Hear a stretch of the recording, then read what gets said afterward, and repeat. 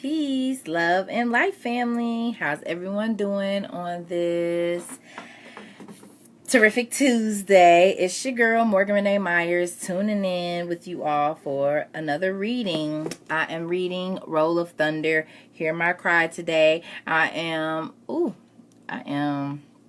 got some pimples on my face. I am reading, hold on, I'm trying to get my phone down. Y'all keep seeing me looking down. I can't even talk to y'all good because I'm doing the most. Okay, silence my phone. So I'm reading to you chapter 6 today. I've been reading these, uploading them on my YouTube channel, and I've been getting some great responses from the youth. They're liking it. They have this as a required reading, some of them. And so I enjoy reading aloud, and I enjoy inviting you all in to just listen and learn. So that's what we're going to do, and I'm just going to jump right into it. It's been a few days since I read it, so I can't really give a fresh recap of the previous chapters. But just go on my YouTube channel. I'll leave the link below in the comments if you want to catch yourself up. So, chapter 6 of Roll of Thunder, Hear My Cry by Mildred D. Taylor. The ride home was long and silent. None of us felt like talking, not even TJ. Big Ma had informed him shortly after leaving Strawberry that she did not want to hear another word out of him before we reached home. He sulked for a while with a few audible grumbles which no one paid any attention to, but finally he fell asleep and did not awaken until we had driven up the Granger Road and stopped in front of the Avery house. By the time Jack pulled into our own yard, the night was a thick blackness and smelled of a coming rain. Big Ma climbed wearily down from the wagon and went into the house without a word. I stayed with Stacy to help him put the wagon inside the barn and unhitch and feed Jack. While I held the flashlight on the barn door, Stacy slowly slid aside. Say that 3 times fast. Stacy slowly slid aside the plank of wood. That is called alliteration. When you have consonant sounds one after another, like how much wood could a woodchuck chuck if a woodchuck could chuck wood? How Sally selling seashells by the seashore. All of that is a form of alliteration. The first consonant sound being repeated. So, Stacy slowly slid aside the plank of wood that held the doors fastened. Cassie, he said in a quiet, thoughtful voice, don't go blaming Big Ma for what she done. Why not? I asked angrily. She made me apologize to that old ugly Lillian Jean about something wasn't even my fault. She took them old sentences aside without even hearing mine. Well, maybe she couldn't help it, Cassie. Maybe she had to do it. Had to do it, I practically screamed. She didn't have to do nothing. She's grown just like that Mr. Sims, and she could have stood up for me. I wouldn't have done her that way. Stacy put the plank on the ground and leaned against the barn. There's things you don't understand, Cassie, and I suppose you do, huh? Ever since you went down into Louisiana to get Papa last summer, you think you know so doggone much. Well, I bet you I know one thing. If that had been Papa, he wouldn't have made me apologize. He would have listened to me. Stacy sighed and swung open the barn doors. Well, Papa, that's different. But Big Ma ain't Papa, and you can't expect... His voice trailed off as he peered into the barn. Suddenly he cried, Cassie, give me that flashlight. Then, before I could object, he tore the flashlight from my hand and shone it into the barn. What Mr. Granger's car doing in our barn? I exclaimed as the silver Packard was unveiled by the light. Without answering me, Stacy swiftly turned and ran toward the house. I followed closely behind. Throwing open the door to Mama's room, we stood dumbfounded in the doorway.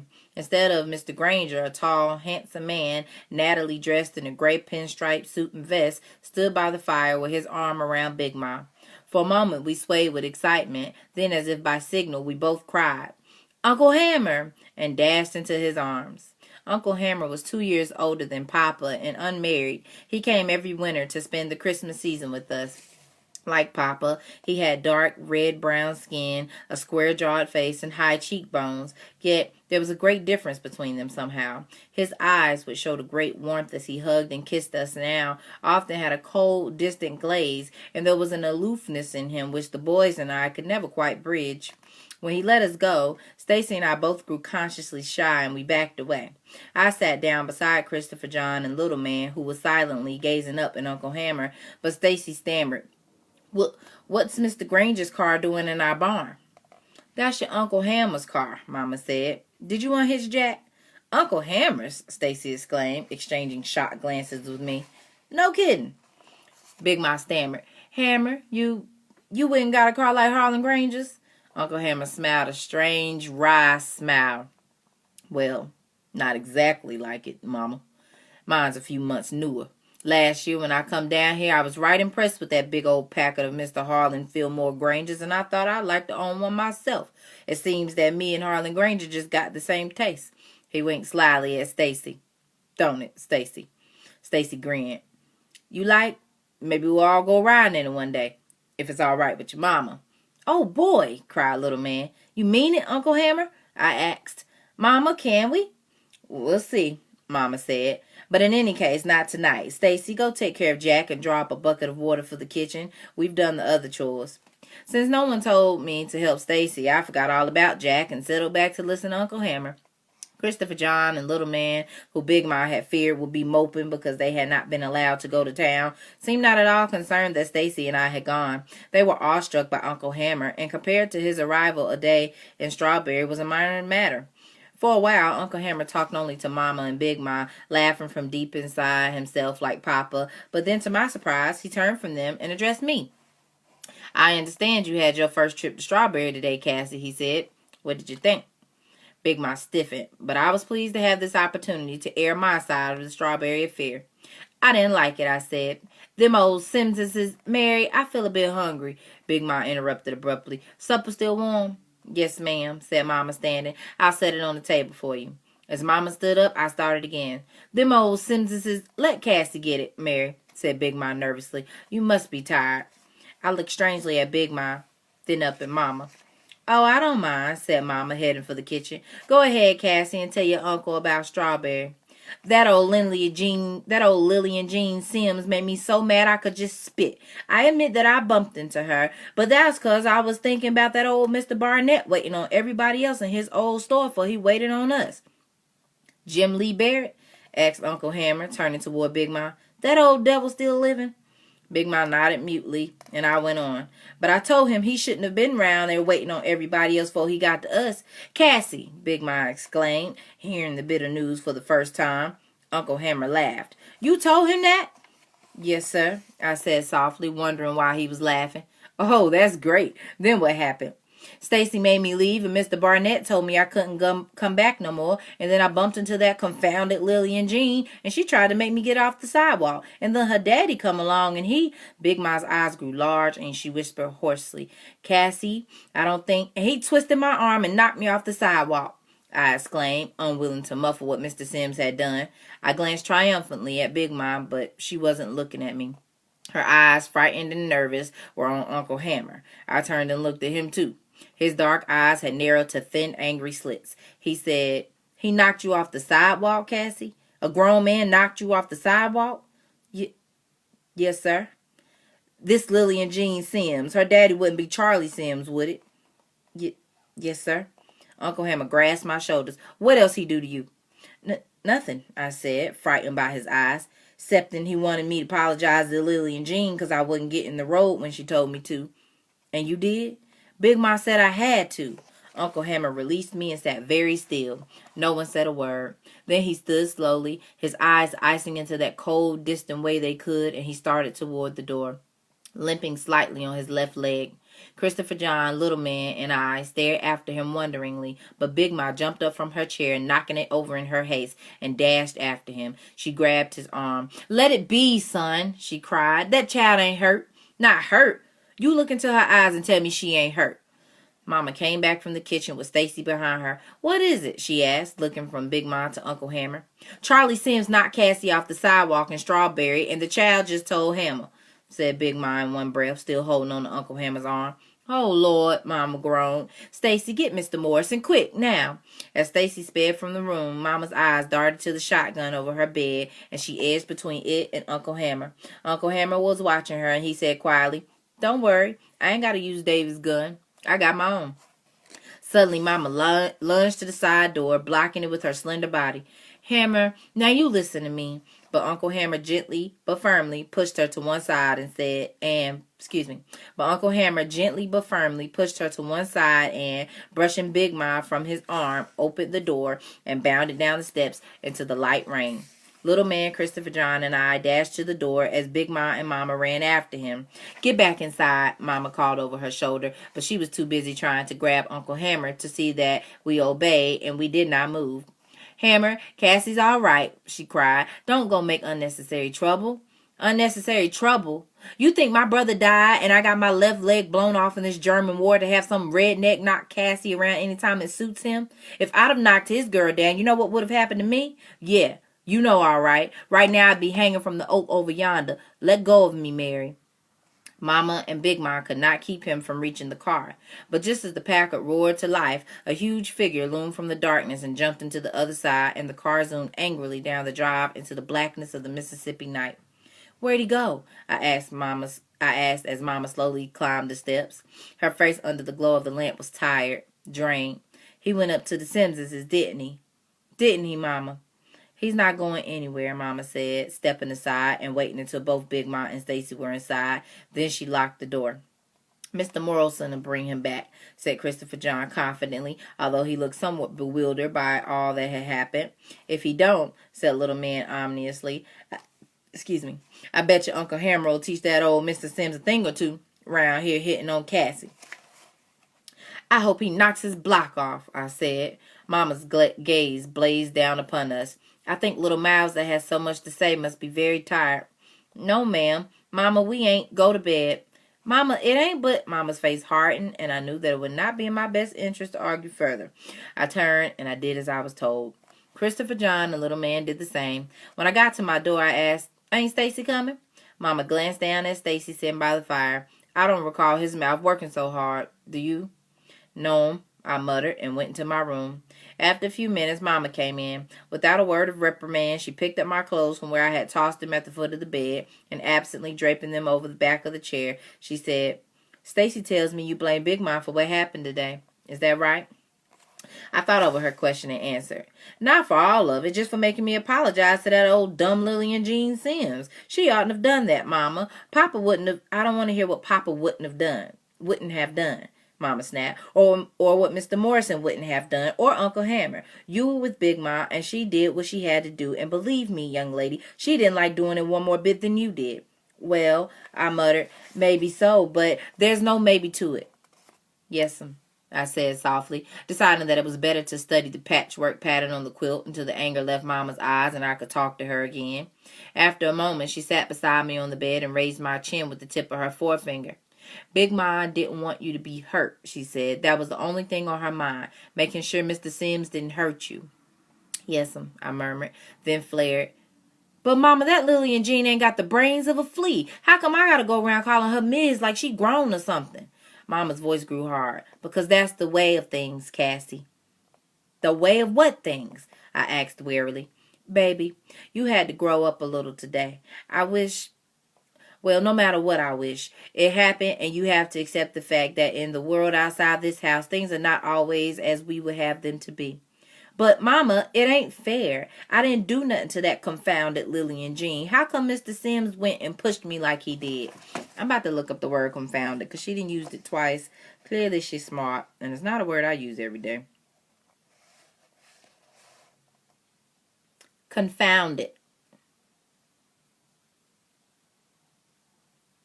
Confounded. Lord. Confounded. According to dictionary.com, to astound or perplex, bewilder, to mix up, confuse. It didn't do what I asked. Confound definition. All right, confound. Cause surprise or confusion in someone, especially by acting against their expectations. Mix up with something else so that the individual elements become difficult to distinguish. Used to express anger or annoyance. Okay. But Mama, it ain't fair. I didn't do none of that confounded Lillian Jean. How come Mr. Sims went and pushed me like he did?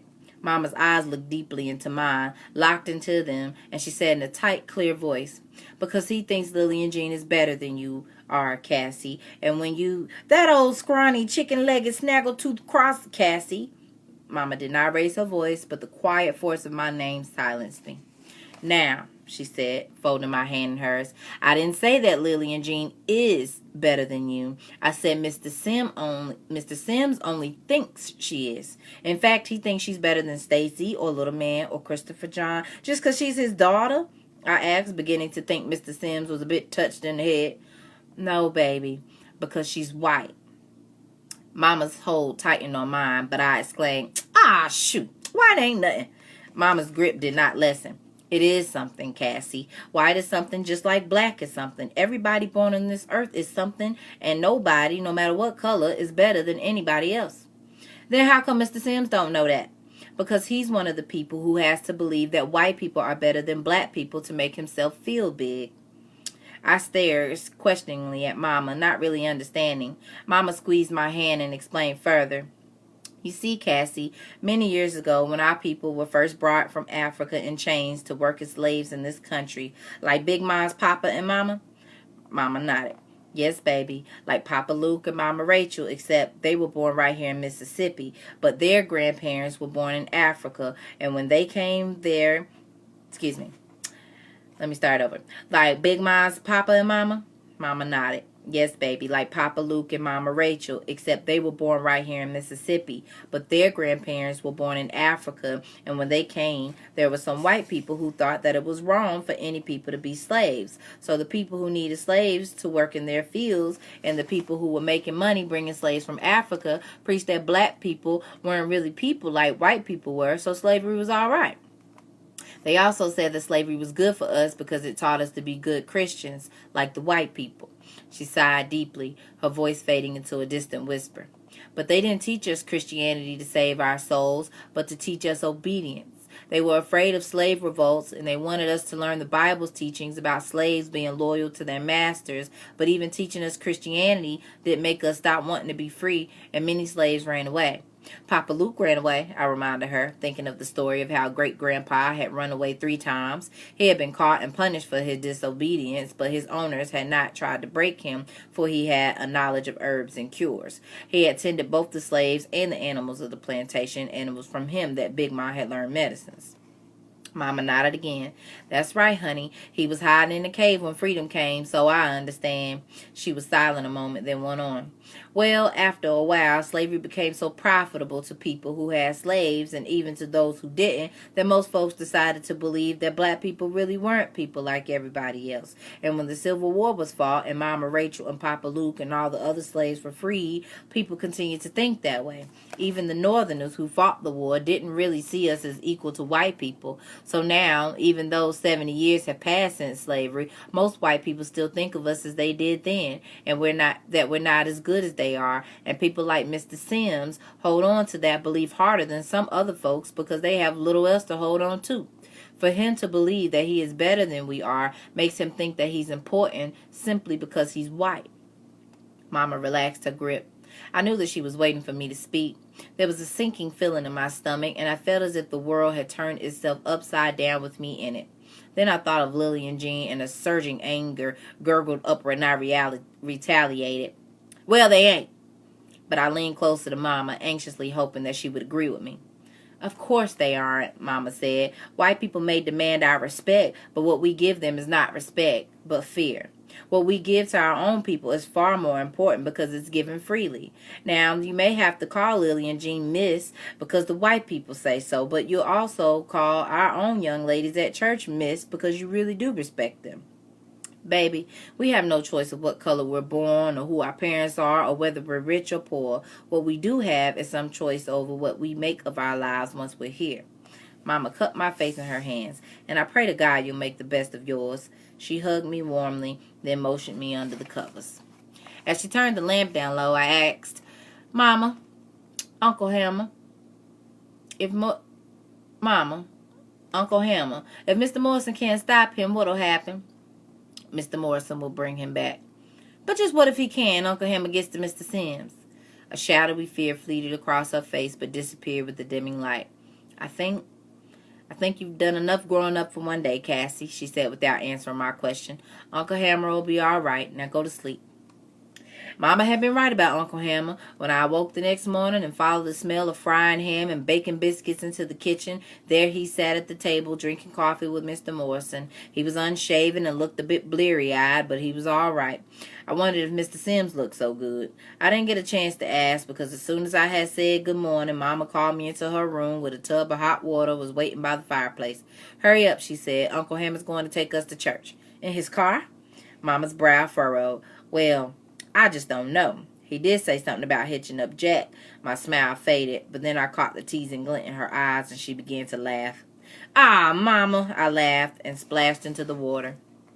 After my bath, I went into my room to dress. When I rejoined Mama, she was combing her hair, which fanned her head like an enormous black halo. As I watched, she shaped the long thickness into a large chignon at the nape of her neck and stuck 630 hairpins into it.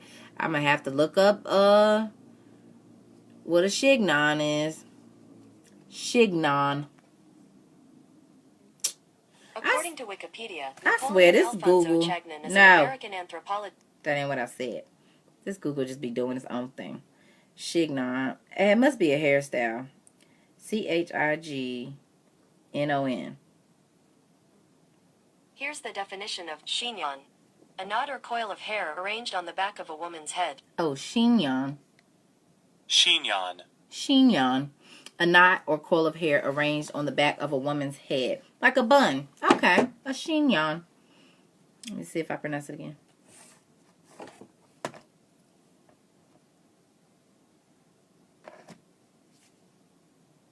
Chignon. Chignon. Okay. So as I watched, she shaped the long thickness into a large chignon at the nape of her neck and stuck 630 hairpins into it. Then, giving the chignon a pat, she reached for her pale blue cotton dress sprinkled with tiny yellow and white flowers and polished white buttons running from top to bottom along its front. She glanced down at me. You didn't comb your hair. No, I want you to fix me my hair. I want you to fix me my grown-up hairdo. Mama began buttoning the top of her dress with long flying fingers as I slowly fastened the lower buttons. I love to help Mama dress. She always smelled of sunshine and soap. When the last button had slipped into place, she buckled a dark blue patent leather belt around her tiny waist and stood ready except for her shoes. She looked very pretty. Where's your brush? Right here, I said, picking up the brush from where I had laid it on the chair. Mama sat down in Papa's rocker, and I sat on the deerskin rug in front of her. Mama divided my hair from ear to ear into 2 sections and braided the front section to one side and the back section right in the center. Then she wound each braid into a flat chignon against my head. My hair was too thick and long for me to do it well myself, but Mama could do it perfectly. I figured I looked my very best that way. When Mama finished, I ran to the mirror, then turned, facing her with a grin. She grinned back and shook her head at my vanity. One day, Mama, you gonna fix my hair like yours? That'll be a few years yet, she answered, readjusting the cardboard lining she had placed in her shoes to protect her feet from the dirt and gravel which could easily seep through the large holes in the soles. She set the shoes on the floor and stepped into them. Now, with the soles facing downward and Mama's feet in them, no one could tell what the shiny exteriors hid. Yet, I felt uncomfortable for Mama and wished that we had enough money for her to have her shoes fixed or, better still, buy new ones. After breakfast, Stacy, Christopher, John, Little Man, and I sat patiently by the dying morning fire, waiting for Mama, Big Ma, and Uncle Hammer. Uncle Hammer was dressing in the boys' room, and Mama was in with Big Ma. I checked to make sure none of them was about to appear, then leaned toward Stacy and whispered, "You think Uncle Hammer whipped Mr. Sims?" "No," said Stacy quietly. "No," cried Little Man. You don't mean Mr. Sims whipped Uncle Hammer?" stammered an unbelieving Christopher John. "Nothing happened," said Stacy in explanation as he tugged irritably at his collar. "Nothing?" I repeated, disappointed. "Nothing." "How you know?" asked Little Man suspiciously. "Mama says so. I asked her straight out this morning." "Oh," replied Little Man, resigned. "But something must have happened," I said. "I mean, Uncle Hammer and Mr. Morrison look like they haven't even been to bed. How come they look like that if nothing happened?" Mama said Mr. Morrison talked all night to Uncle Hammer, talked him tired and wouldn't let him go up to the Simses. "Ah, shoot," I exclaimed, my dream of revenge against the Simpsons vanishing as Stacy talked. I propped my elbows on my knees, then settled my head in my upraised hands and stared at the glowing embers. A burning knot formed in my throat, and I felt as if my body was not large enough to hold the frustration I felt, nor deep enough to drown the rising anger. It ain't fair, Christopher John sympathized, patting me lightly with his pudgy hand. Sure ain't, agreed little man. Cassie, Stacy said softly. At first I didn't look at him, thinking he would go ahead and say what he had to say, but when he didn't, I turned toward him. He leaned forward secretively, and automatically Christopher John, the little man, did the same. Y'all better be glad nothing happened, he said in a whisper, 'cause I heard Big Mom tell Mama last night that if Mr. Morrison didn't stop Uncle Hammer might get killed. Killed?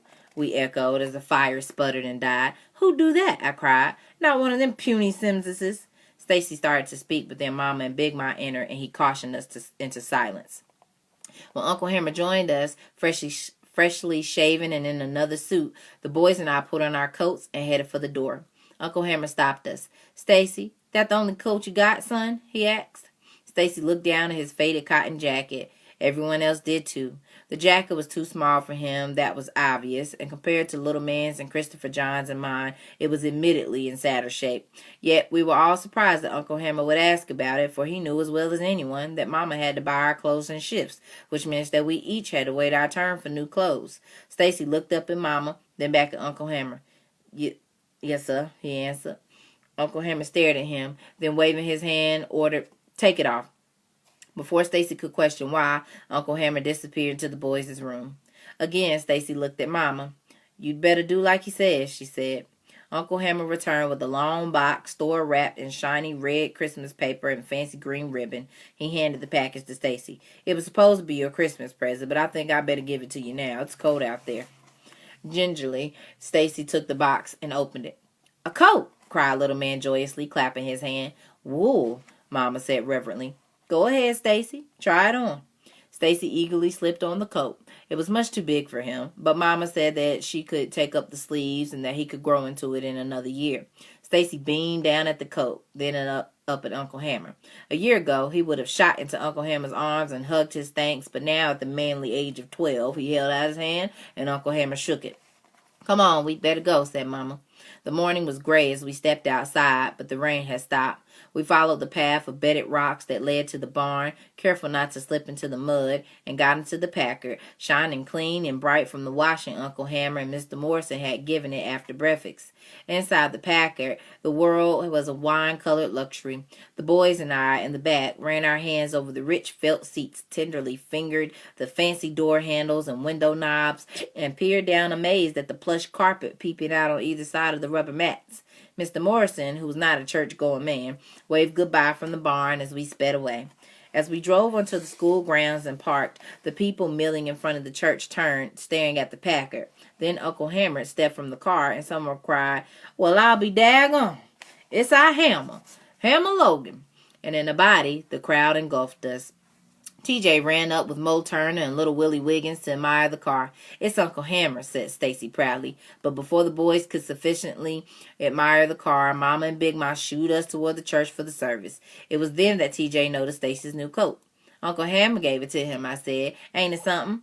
TJ ran his long fingers over the lapels and shrugged. It's all right, I guess, if you like that sort of thing. All right, I cried, indignant at his casual reaction to the coat. Boy, that's the finest coat you ever did lay eyes on, and you know it. TJ sighed. Like I said, it's all right if you like looking like a fat preacher. Then he and little Willie and Mo laughed and went on ahead. Stacy looked down at the coat with its long sleeves and wide shoulders. His smile faded. He don't know what he's talking about, I said. He's just jealous, that's all. I know it, snapped Stacy sourly. As we slid into the pew in front of TJ whispered, Here comes the preacher, then leaned forward and said snidely, How do you do, Reverend Logan? Stacy turned on TJ, but I poked him hard. Mama's looking, I whispered, and he turned back around. After church, as TJ and the others looked longingly at the car, Mama said, Stacy, maybe TJ wants a ride. Before Stacy could reply, I spoke up hurriedly, No, ma'am, Mama. He got something else he got to do. Then under my breath, so that I would not be guilty of a lie, I added, He got to walk home like he always do. That'll teach him, whispered little man. Yeah, agreed Christopher John, but Stacy sulked by the window and said nothing.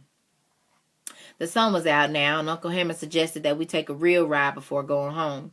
He drove us the full 22 miles up to Strawberry by way of the Jackson Road, one of 2 roads leading to the town. But Mama and Big Ma objected so much to going through Strawberry that he turned the big car around and headed back toward home, taking the old soldiers' road. Supposedly, rebel soldiers had once marched up the road and across Soldiers' Bridge to keep the town from falling into the hands of the Yankee army, but I had my doubts about that. After all, who in his right mind would want to capture Strawberry, or defend it either for that matter?